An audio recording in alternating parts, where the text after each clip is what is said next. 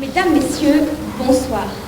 Je me présente, je m'appelle Julie Calrantec, je suis en 406 au collège de Boulard.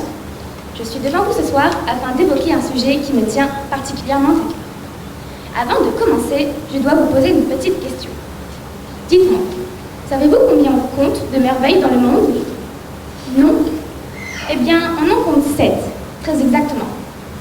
C'est sûrement le Machu Picchu, le Colisée de Rome, ou encore la Grande Muraille de Chine.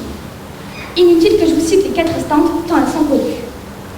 Mais laissez-moi vous dire que la Nouvelle-Calédonie possède la 8e.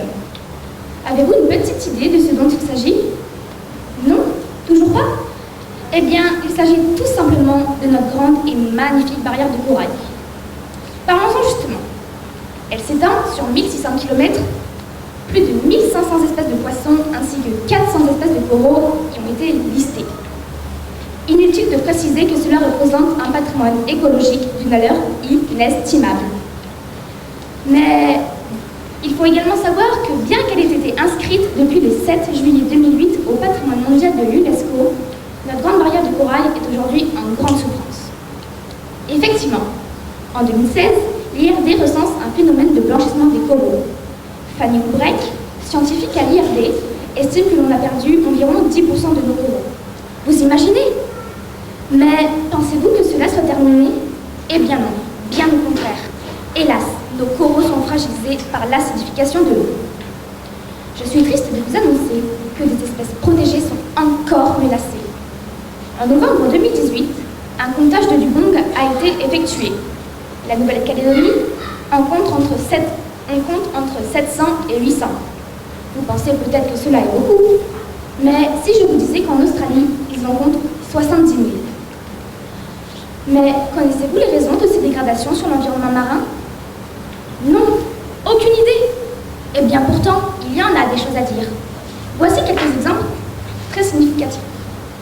Tout d'abord, les phénomènes naturels, tels que les cyclones, peu nombreux et violents, qui, eux, détruisent l'ensemble du massif corallien, sans oublier un phénomène que l'on oublie souvent, l'étoile de mer dévoreuse de coraux, dont le nom scientifique est l'acanthaster, ou plus communément appelé coussin de belle-mère. Mais il n'y a pas que les phénomènes naturels qui dégradent l'environnement. Et oui, il y a aussi l'homme. Oui, l'homme, et notamment avec l'exploitation minière, le tourisme et le plaisancier, ou encore l'agriculture, et notamment les rejets agricoles qui finissent dans l'océan.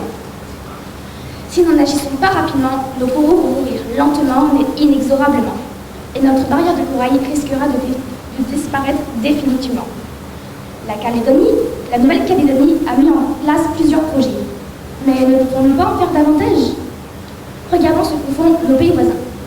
En effet, très sensible à ce sujet, le gouvernement australien a mis en œuvre des projets innovants, tels que éradiquer l'étoile de mer dévoreuse de coraux, lutter contre le réchauffement climatique, ou encore financer des recherches contre les rejets agricoles qui finissent dans l'océan. D'ailleurs, 2 projets sont déjà en marche.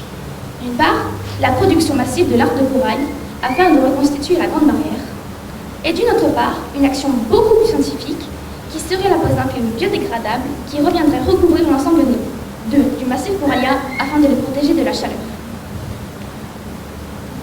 Vous l'avez donc bien compris, la protection et la survie de notre barrière de corail nous demandera beaucoup de temps, mais surtout beaucoup d'argent. L'Australie et sa capitale Canberra débloquent 2 millions de dollars afin de financer des recherches innovantes. Maintenant, c'est à nous d'agir. Proposons des idées au gouvernement calédonien pour qu'il prenne ses responsabilités comme en Australie. Merci de votre attention et bonne soirée.